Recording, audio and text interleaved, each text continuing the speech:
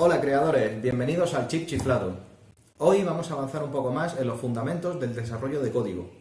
Ya que la semana pasada vimos las variables y las funciones, hoy vamos a ver cómo podemos coger esos valores y comprobarlos para que nuestro programa reaccione de una forma o de otra en función de esos valores.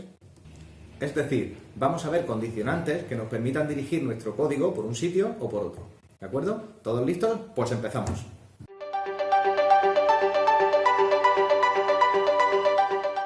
Uno de los primeros problemas que vamos a encontrar cuando programamos una aplicación es comprobar un valor y efectuar unas acciones según lo que valga. O sea, decirle a nuestro programa, si esto vale 2, haz esto, pero si no, haz esto otro.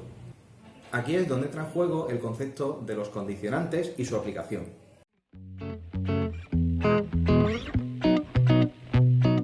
Tenemos dos condicionantes básicos, el de comprobación y el de igualdad. Cuando hablamos de un condicionante de igualdad, significa que queremos saber si un valor es igual a otro valor. Por ejemplo, si queremos saber si x es igual a 2.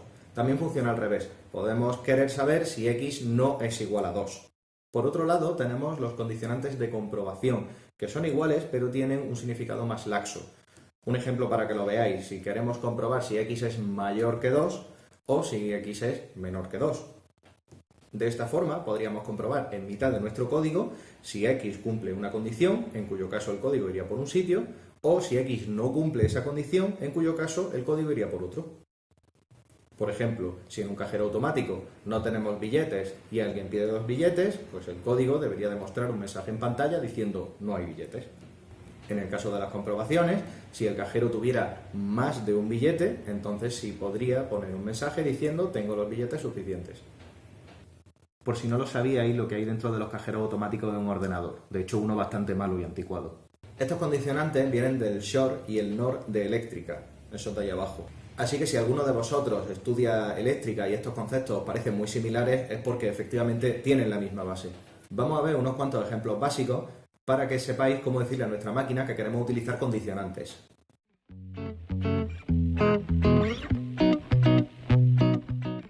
La comprobación más simple es saber si algo es igual a otro algo. Saludad a nuestra amiga, la variable cantidad billetes. Hola, cantidad billetes. ¡Holi! Se trata de una variable de tipo número entero, ya que solamente nos interesa guardar cuántos billetes completos hay, no queremos decimales. Bien, pongamos el caso del cajero automático. Imaginad que alguien quiere saber si hay 3 billetes exactamente en el cajero automático. Para ello, escribimos. Fijaos cómo hemos utilizado un doble signo de igual. Esto significa que es un condicionante de igualdad. Si nuestra amiga cantidad billetes tuviera un valor de 3, en este caso sería una reacción positiva. De lo contrario, o sea, si tuviera cualquier otra cantidad, sería una comprobación negativa. Ahora imaginemos que por alguna razón extraña y probablemente poco correcta, este señor quisiera saber si la máquina no tiene 3 billetes. En este caso, escribiríamos nuestro comprobante de esta forma. ¿Podéis ver cómo el condicionante ha pasado de ser dos símbolos de igual a un símbolo de cerrar exclamación y un igual? Eso significa distinto a. Se trata del mismo comprobante de igualdad, solo que a la inversa. Ahora vamos a ver un condicionante de comprobación. Como hemos dicho antes, funcionan exactamente igual, pero su significado es un poco más amplio. Si nuestro fanático de los billetes del cajero quisiera saber si hay más de 3 billetes, entonces escribiríamos esto. Y también al revés, es decir, si quisiéramos saber si hay menos de 3 billetes, entonces escribiríamos esto. En algunos casos también podemos mezclarlos, es decir, en este ejemplo el resultado sería positivo si la variable cantidad billetes tuviera un valor mayor o igual a 3. Ahí podéis ver un igual, un mayor. Una aclaración, los condicionantes también sirven con funciones. Es decir, nosotros no podemos solamente comprobar un valor de una variable, sino el valor que nos devuelve una función. Vamos a ver un ejemplo. Este ejemplo sería positivo si la función cuenta billetes devolviera un resultado de número entero mayor de 3. Si devolviera un resultado entero menor o igual a 3, sería un resultado negativo.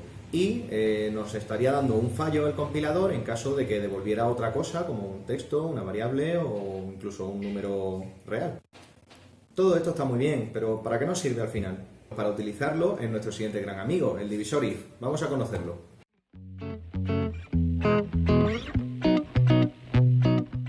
Vamos a empezar con un código básico. En este código tenemos a nuestra amiga de antes, la variable cantidad billetes, cuyo valor viene definido por la función cuenta billetes. Ahora bien, el siguiente paso lógico sería decirle a nuestro compilador: si cantidad billetes vale tal cosa, entonces haz esto. ¿Cómo podemos reflejar eso en nuestro código? Utilizando un if. Si añado... ¿De acuerdo? Ahora tiene más sentido lo de los condicionantes, ¿verdad? Vamos a añadirle un poco más de chicha. ¿Qué pasa si queremos que, aparte de actuar de una forma cuando se cumple una condición, actúe de una forma distinta cuando no se cumple esa condición? Ahí es donde utilizamos else, si añadimos. De esta forma, cuando el programa llegue a la segunda línea de código, se comportará de una forma o de otra en función del valor de esa variable. Solo para que lo entendáis mejor, vamos a añadir esto. Como veis, esta última función ni está dentro de if ni está dentro de else, de tal forma que se va a ejecutar siempre, sea cual sea el resultado. Primero se cuentan los billetes y se guardan en la variable. Ahí tenéis la función cuenta billetes. Después pondrá un mensaje u otro en pantalla en función del valor que haya dado esa variable. Y finalmente mandará un último mensaje, ese que hemos añadido, para despedirse. ¿Todo correcto? Pues seguimos.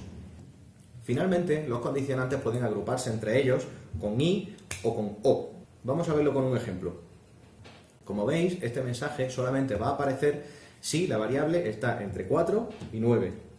Es decir, si el valor es mayor de 3 y es menor de 10. Los condicionantes se añaden entre ellos con AND, A-N-D, o sea, y en inglés. Pero también podemos agrupar condicionantes de posibilidad. Si en lugar de AND añadimos esto, se trata de un o. Entrará al if, es decir, se considerará un resultado positivo, si cualquiera de las dos condiciones se cumple por separado. Es decir, en lugar de que se cumplan las dos al mismo tiempo, con que se cumpla una de las dos se considerará correcto.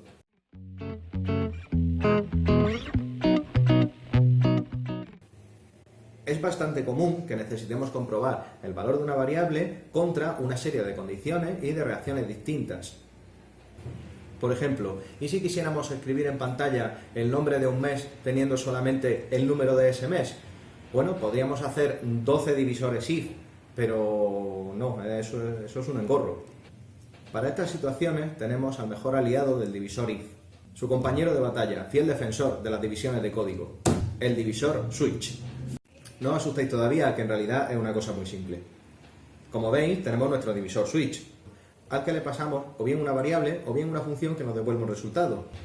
Después de ello, entre corchetes, para indicar que estamos dentro del divisor, tenemos cada uno de los casos que queremos comprobar contra ese valor que le hemos pasado al divisor switch.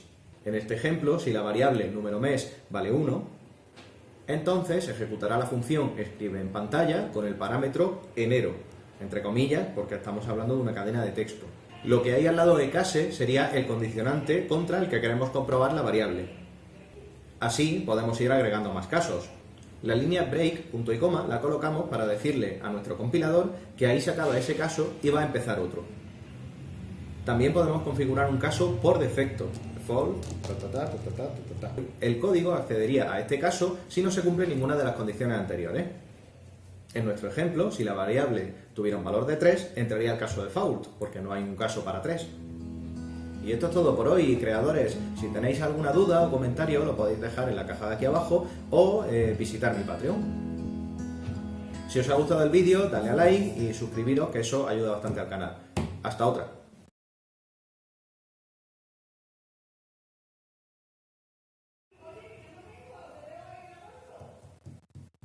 Bien, ya se va la señora. Y vendrá otra. La señora nunca se va ni bien, la señora solo se transforma, son como la energía, son infinitas, son eternas.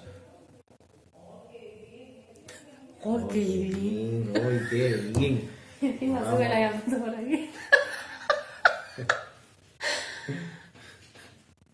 El carro, dale al carro. Claro. Bueno, vamos a darle caña. ¿Ya está grabando? Sí. Ah, vale, esto lleva un rato, ¿no? Vale.